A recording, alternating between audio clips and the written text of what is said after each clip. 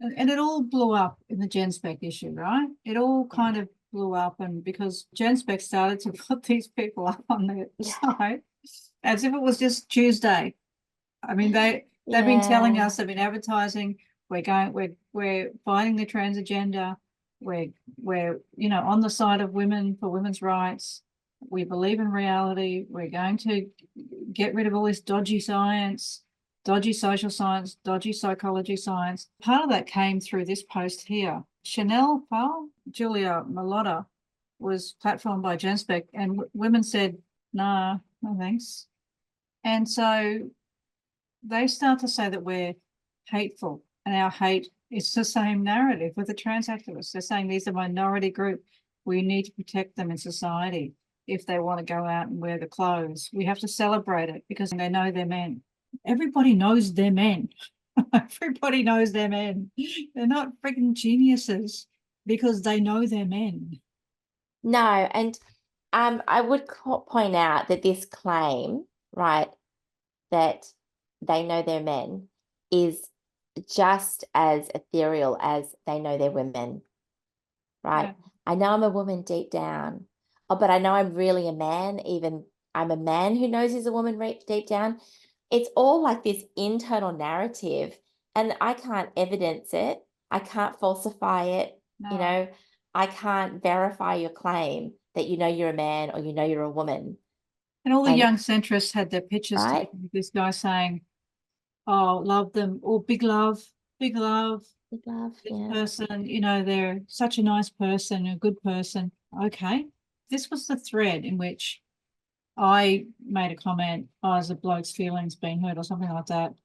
And then he came in and invited Helen Pluckrose to come and comment.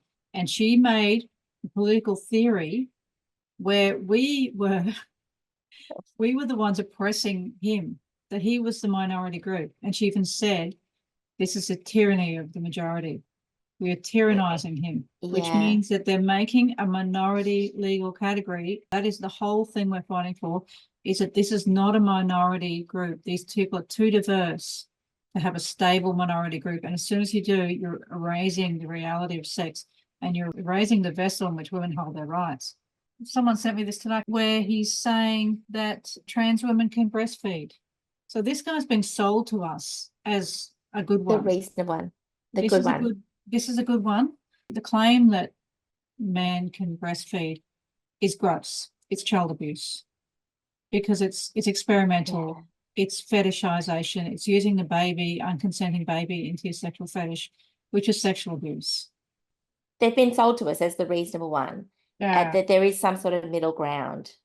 But they wear the clothes because of the fetish. And they wear the clothes to signal the fetish. Yes. And they wear the clothes to get you to participate in the fetish. Yes. Because your reaction is part of it.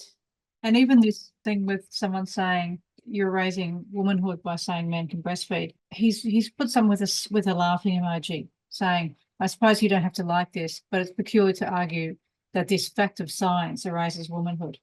That's so trans creepy. That's the creepy that we can do it too, and just because that's a fact, it doesn't erase who you are. It's that gaslighting. I've heard all these arguments, and I'm really upset with the centrists who are they're really clutching their pearls and sort of saying, oh, you're saying that you want to regulate clothing. And I'll come against someone like Genevieve Gluck, who's hugely smart and does a massive amount, and side with this bloke. Exactly. They're kicking the feminists to the curb. They're vilifying us. They're saying that we're extremists. And they're putting, the people they put up is Phil Ellie and this guy. Hi, my name is Julia Malott, and my pronouns are not something I want to declare on every form, salutation, and email signature. See, I'm biologically male. Many people can see that. And I also present feminine in a whole bunch of ways, including my name, my clearly feminine attire, my long curly hair, and of course, the physiological changes from 5 years on estrogen. These are the good guys. They were saying we won't force you to call us women. He seems reasonable now because he's saying, oh, pronouns, they're not such a big deal. Yeah, come on, we can be friends. And he's hiding all this other stuff where he's sort of saying, oh, well, look, women are really just the constituent parts and functional parts. And so I've got, if a person has breasts, they can breastfeed. There is a deeply connected biology there that is unable to be duplicated. Unable. In the case of adoption, I think adoption's a wonderful thing for babies who are abandoned or there's a problem, but it's not the same. This is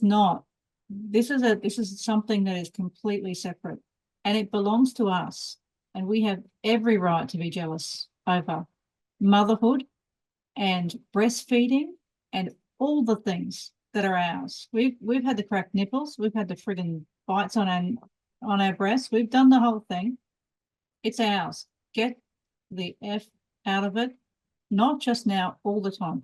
Don't even let the word out of your mouth. I don't want the word breastfeeding in that guy's filthy mouth, frankly. I find it creepy and disgusting. Call me a bigot, which they will. They will, don't worry. Call me a bigot. It's been done before.